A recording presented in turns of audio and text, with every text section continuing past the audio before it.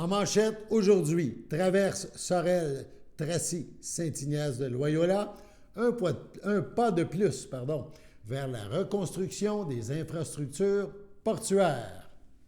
Bonjour à tous, bienvenue à votre bulletin d'information sur les ondes de CTRB, votre télévision locale et régionale, Alain Bellumeur au Pépite, en ce 26 janvier. La Société des traversiers du Québec, la STQ, et son partenaire, la Société québécoise des infrastructures, annoncent le début du dossier d'affaires dans le cadre du projet de reconstruction des infrastructures portuaires de la traverse Sorel-Tracy, Saint-Ignace de Loyola. Ce projet, qui est complémentaire aux travaux déjà réalisés entre 2018 et 2020, assurera à la clientèle une fluidité d'embarquement et de débarquement encore plus efficiente avec l'ajout de rampes doubles adaptées. À terme, le chargement du NM Didas-Guévremont et du NM Alexandrina-Chalifou, navire actuel opérant à la traverse des deux côtés de la rive, sera donc optimisé avec ces nouvelles infrastructures. Cette nouvelle phase de modernisation et d'optimisation de la traverse consistera, sans s'y limiter, à remplacer les embarcadères et les appareils de levage, à reconstruire les quais et les systèmes de défense et effectuer la mise à niveau des dispositifs d'amarrage et installer les équipements requis pour les futurs traversiers électriques. Rappelons que la Société des traversiers du Québec a déjà réalisé la construction de nouvelles gares, de même qu'une réfection majeure des aires d'attente des deux côtés de la rive. À terme, le projet permettra à la traverse Sorel-Tracy, Saint-Ignace de Loyola, qui connaît déjà une forte affluence, de s'inscrire davantage comme un axe de transport maritime structurant dans la région desservie et elle participera à l'objectif du gouvernement du Québec d'atteindre la carboneutralité pour l'horizon 2050. Le dossier d'affaires est la phase de planification d'un projet. Selon la planification actuelle, les travaux débuteront en 2028. Il est assuré que la Société des traversiers du Québec s'assurera de limiter les impacts sur le service lors de la réalisation de ces travaux fort importants.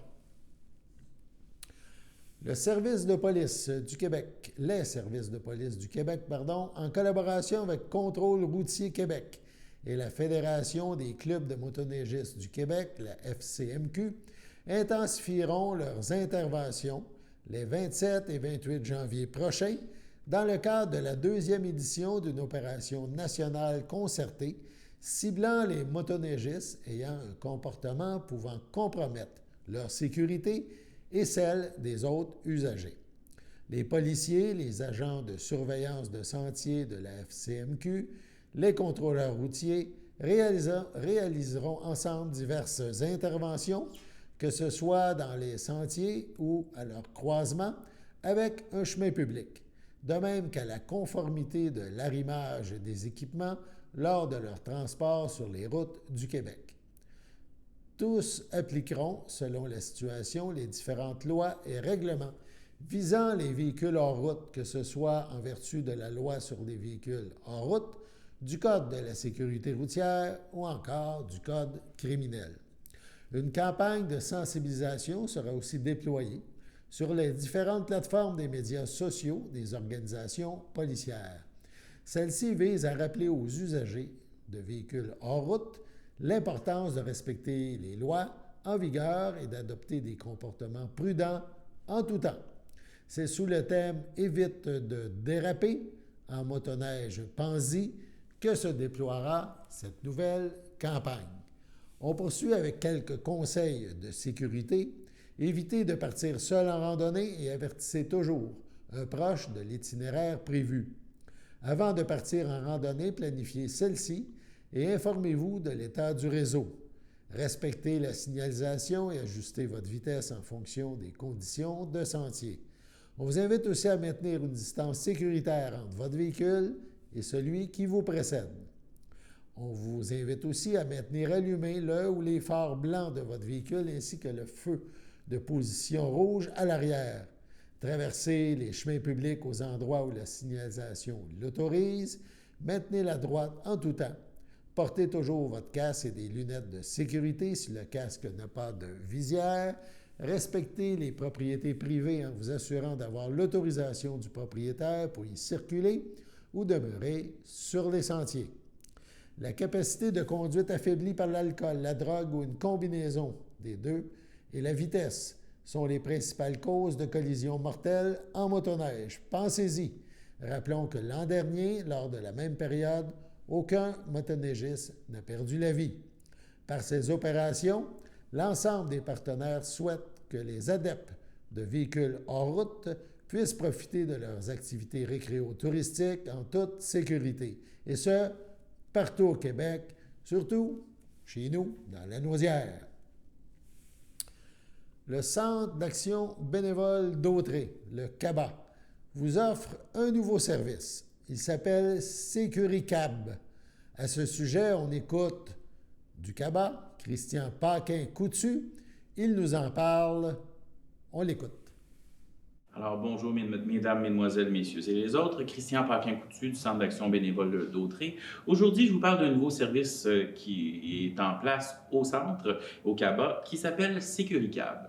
Sécuricab, c'est un service d'appel automatisé à la maison pour s'assurer que d'une présence journalière, il y a un appel qui vient juste assurer un niveau de sécurité qui fait que si jamais il s'est passé quelque chose, vous avez fait une chute, vous avez eu un malaise, bien, qu'il y ait quelqu'un qui soit au courant. Comment ça fonctionne?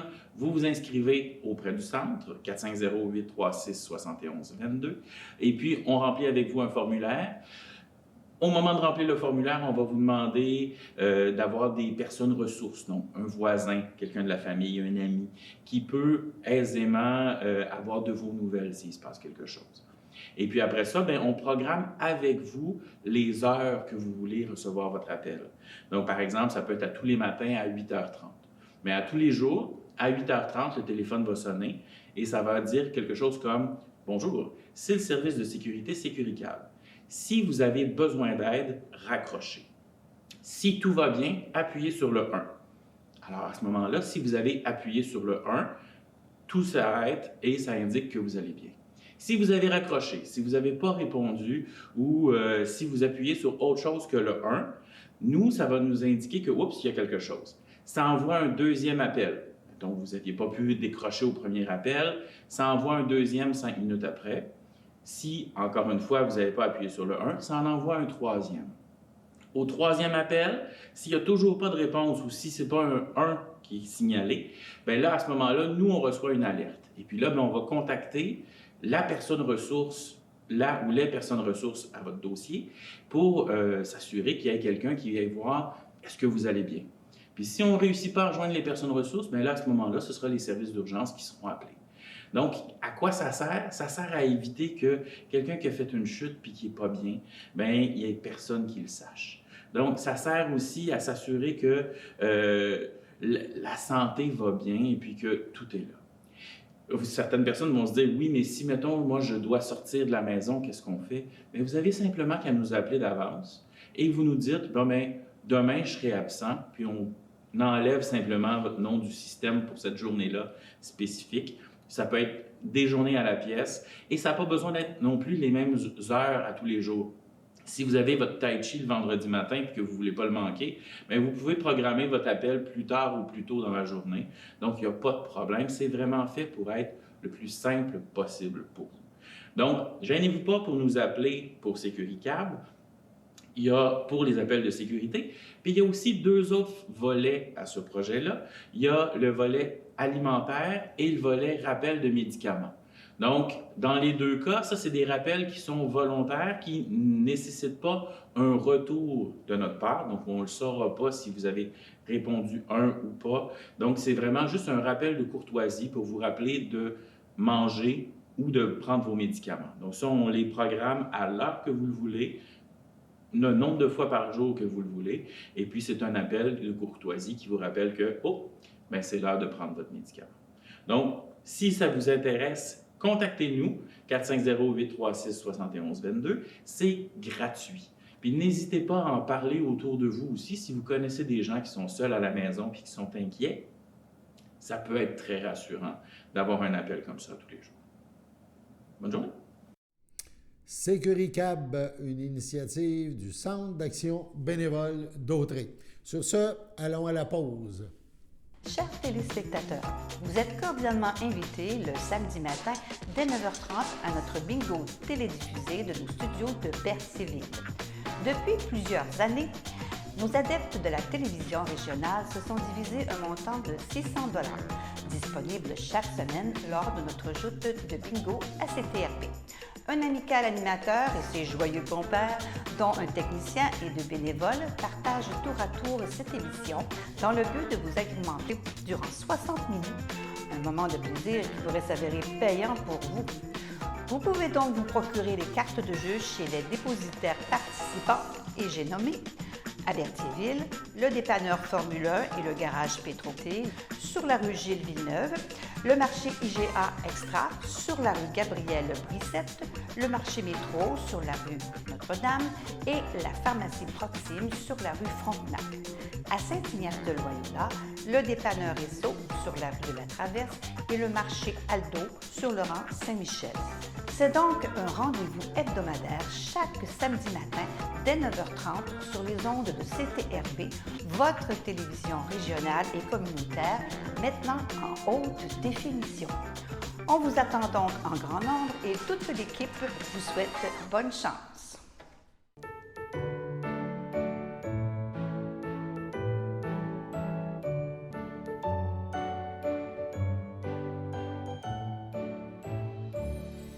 Voici donc les anniversaires. La FADOC de l'Île-du-Port, en ce 26 janvier, souhaite bonne fête à Linda Chevalier et à Jean-Pierre de Grandpré. Demain, 27 janvier, la FADOC souhaite bonne fête à José Maria Carbajo. Il n'y a pas d'anniversaire à souligner pour le 28 janvier, mais peut-être. Est-ce votre anniversaire aujourd'hui, demain ou dimanche? Alors, toute l'équipe de CTRB se joint à moi et vous souhaite bonne fête. On vous présente maintenant un jeu moitié-moitié. C'est organisé par les télévisions communautaires. Ça aidera à lever des fonds pour les différentes télés, dont CTRB chez nous. Les inscriptions, les gens qui joueront, ça sera déterminé par votre code postal, mais ça se déroulera sur l'ensemble du Québec.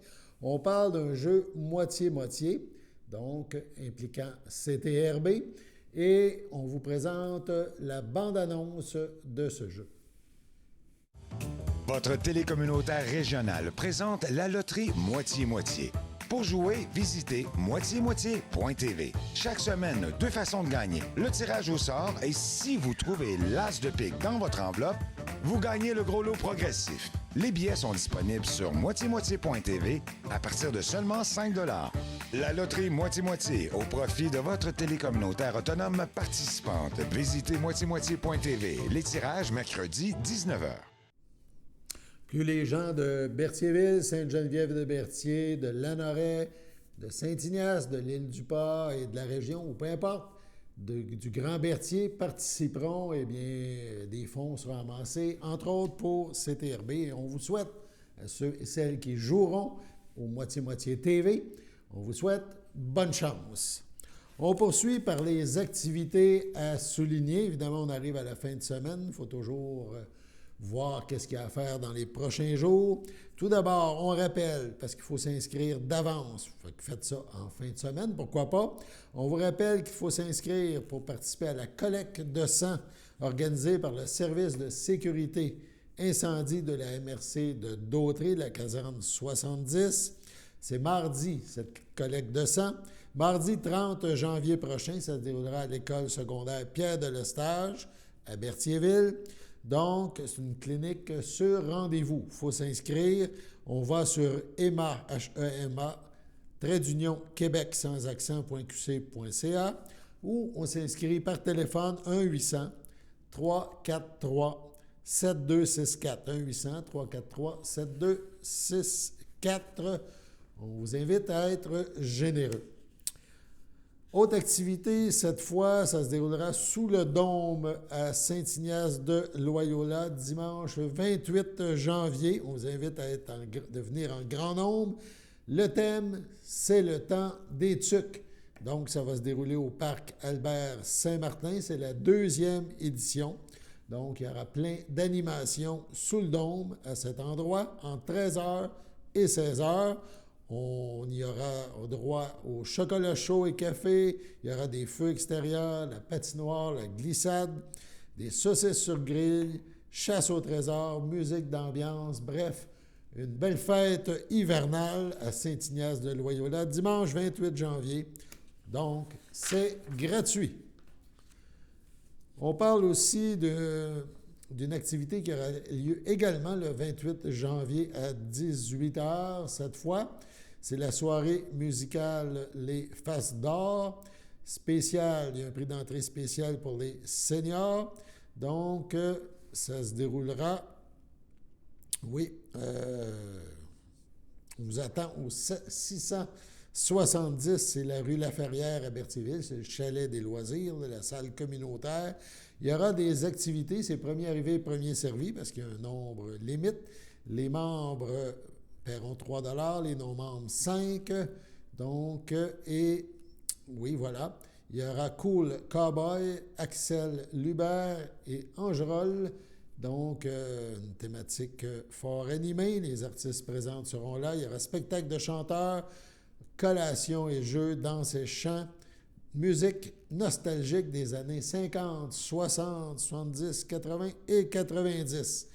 Donc, on l'a dit, le nombre de places est limité. On réserve ses billets au 450-938-5858, 490-938-5858, ou à festivaltub.com. Donc, on vous invite à mentionner votre nom, prénom, numéro de téléphone, et on vous attend au 670 Laferrière, Berthierville, le 28 janvier prochain.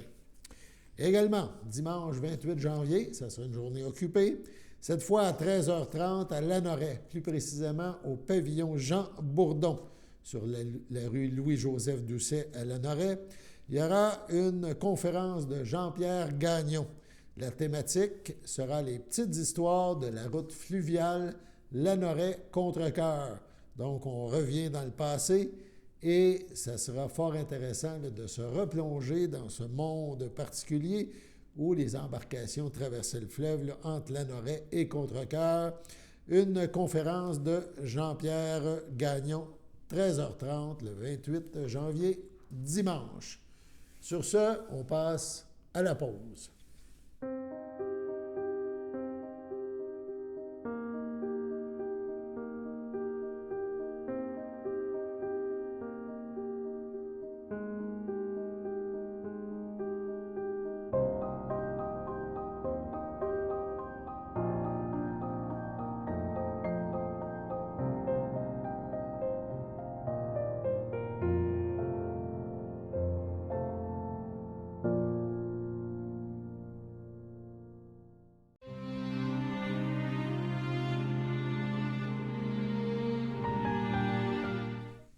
C'est avec tristesse que nous vous faisons part du décès de Mme Lucie Saint-Antoine, survenue le 4 janvier dernier au CHSLD Le Champlain, à l'âge de 102 ans et 10 mois, épouse de feu Anthony Bérard, demeurant Berthierville, autrefois de Saint-Barthélemy.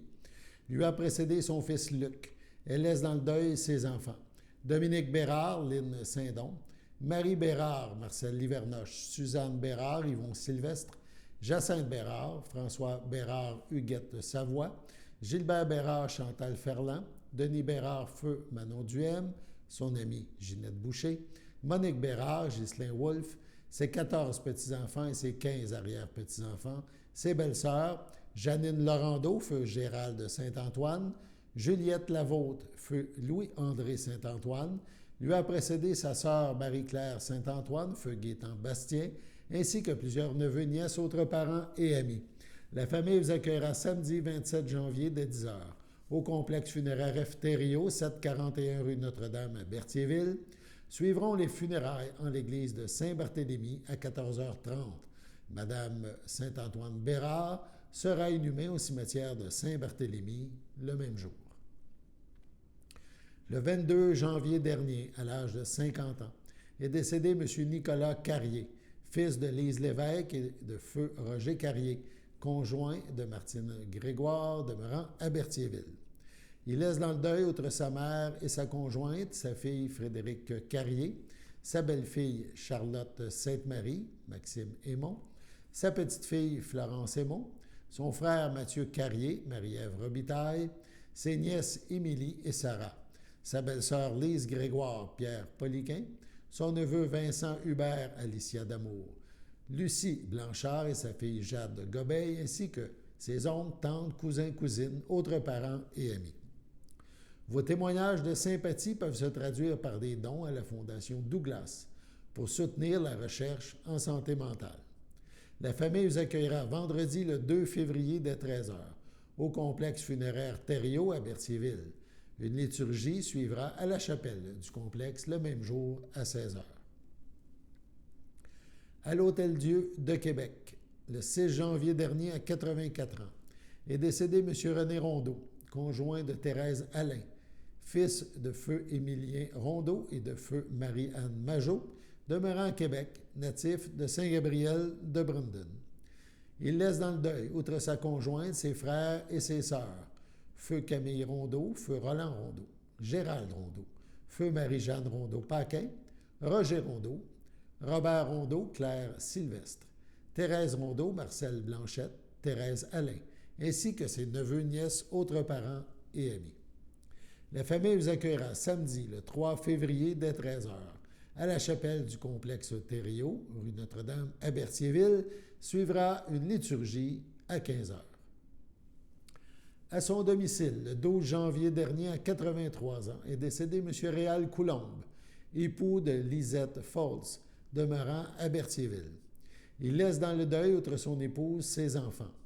Marie-Josée Coulombe, Patrick Leblanc, Jocelyn Coulombe, Sylvie Simard, Nina Coulombe, Martin Fafard, ses petits-enfants Gabriel, Noémie, Camille, Simon et Laurence, ses arrière-petits-enfants Pénélope, Mira, Maxence, son frère, ses belles-sœurs et ses beaux-frères, Normand Coulombe, Hélène Sylvestre, Jacqueline Foltz, Jean-Paul Savaria, Jean-Claude Foltz, Michel Emery, Céline Moreau, Gilles Cournoyer, ainsi que plusieurs neveux, nièces, autres parents et amis.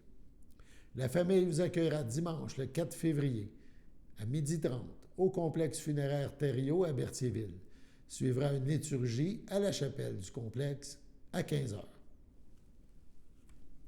Au centre d'hébergement Le Château, le 22 janvier dernier, à 76 ans, est décédé M. Jacques Soulière, fils de feu Gaston Soulière et de feu Denise Bellemare, demeurant à Berthierville. L'ayant précédé ses frères Claude, Lina et Michel, il laisse dans le deuil son fils Alex, Stéphanie, sa petite-fille Ali, ses frères et ses sœurs, Louise, André, Alain, France, Léo et Diane, Manon et Denis, Nathalie et Marc, Maryse et Denis, ainsi que plusieurs neveux, nièces, autres parents et amis. Votre sympathie peut se témoigner par des dons faits à la Fondation des maladies du cœur et de l'AVC. Des formulaires seront disponibles au salon. La famille vous accueillera samedi le 10 février prochain, dès 9 h, au complexe funéraire Thériault à Berthierville. Une liturgie suivra à la chapelle du complexe le même jour, à midi. À l'hôpital de Lanaudière, le 14 janvier, à 97 ans, est décédée Mme Rita Chevalier, épouse de feu Germain Gaboury, demeurant à Berthierville. L'ayant précédé ses fils Pierre et Gilles, elle laisse dans le deuil ses enfants. Claudette Gaboury, feu Judd McCannon, Mario Gaboury, Louise Carbonneau, Michel Gaboury, Marie-France Boutin, ses petits-enfants et ses arrière-petits-enfants, sa sœur Marielle Chevalier, Denis Gaboury, sa belle-sœur Violette de Grandpré-Chevalier, ainsi que plusieurs neveux, nièces, autres parents et amis. Vos témoignages de sympathie peuvent se traduire par des dons faits à la Fondation des maladies du cœur et de l'AVC. La famille vous accueillera le dimanche 11 février, dès 13h, au complexe funéraire Thériault, 741 Notre-Dame à Berthierville. Suivra une liturgie de la parole en la chapelle du complexe à 15h30. Au CHC du Château de Berthier, le 7 janvier, à l'aube de ses 101 ans, est décédée Mme Florida Godin, épouse de feu Paul-Auguste Chevalier, fille de feu Alexandre Godin et de feu Bernadette Laforêt, demeurant à Saint-Ignace de Loyola. Elle laisse dans le deuil sa fille André Chevalier, Gaston Bergeron, ses petits-enfants Christine Bergeron, Franck Aude, Jean-François Bergeron, Lan Fou, Marc-André Bergeron, Raquel Corrales, son filleul Marc Guévremont, France Brissette, ainsi que plusieurs neveux, nièces, autres parents et amis. La famille vous accueillera samedi, le 27 février, dès midi, au complexe funéraire Thériault à Berthierville. Suivra une liturgie de la parole à la chapelle du complexe à 14h. Madame Godin-Chevalier sera inhumée au cimetière de Saint-Ignace à une date ultérieure. À l'hôpital Maisonneuve-Rosemont, le 17 janvier, à 65 ans, est décédée Mme Sylvie Rouleau, fille de feu Viateur Rouleau, de feu Carmel Coutu, demeurant à Berthierville. Elle laisse dans le deuil sa fille Élisabeth, Julien Grandmaison, son fils William, Jade de Cloutier, ses frères et ses sœurs René, Marie-Claude Leblanc, Denis, Jean, Chantal Tremblay, Diane, Marie, Hélène, Michel Simard, Ginette, Pierrette, ses neveux et nièces adorés, Pascal, Adèle, Michel, Stéphanie, Mathieu, Alexandra, Mélanie et Sonia, et plusieurs autres parents et amis. La famille vous accueillera samedi le 17 février de 19h à 22h et dimanche 18 février dès 11h au complexe funéraire Thériault à Berthierville. Un hommage aura lieu au complexe le 18 février à 15h. Sur ce, on passe à la météo.